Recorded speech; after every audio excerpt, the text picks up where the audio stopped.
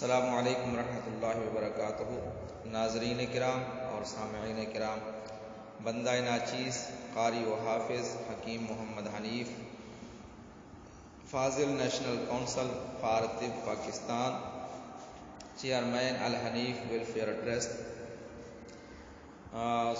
تلاوت کرنا بھی ثواب ہے اور سننا بھی ثواب ہے۔ ثواب کی نیت سے سورہ بقرہ کا 34واں رکوع تلاوت کروں گا، آپ بھی ثواب کی نیت سے سماعت فرمائیں۔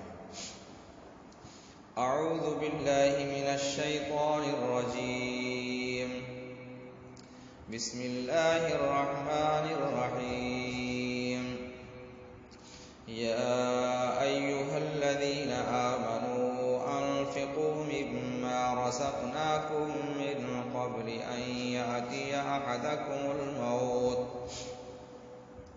يا أيها الذين آمنوا أنفقوا مما رزقناكم من قبل أن يأتي يوم لا بيع فيه ولا خلة ولا شفاعة والكافرون هم الظالمون۔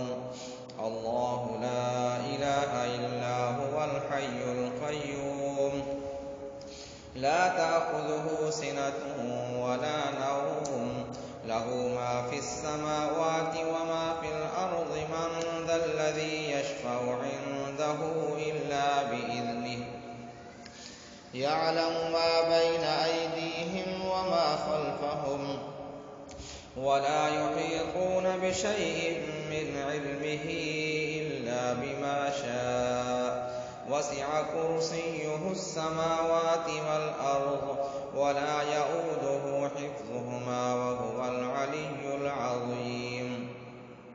لا إكراه في الدين، قد تبين الرشد من الغي، فمن يكفر بالطاغوت ويؤمن بالله فقد استمسك بالعروة الوثقى لا انفصام لها، والله سميع عليم۔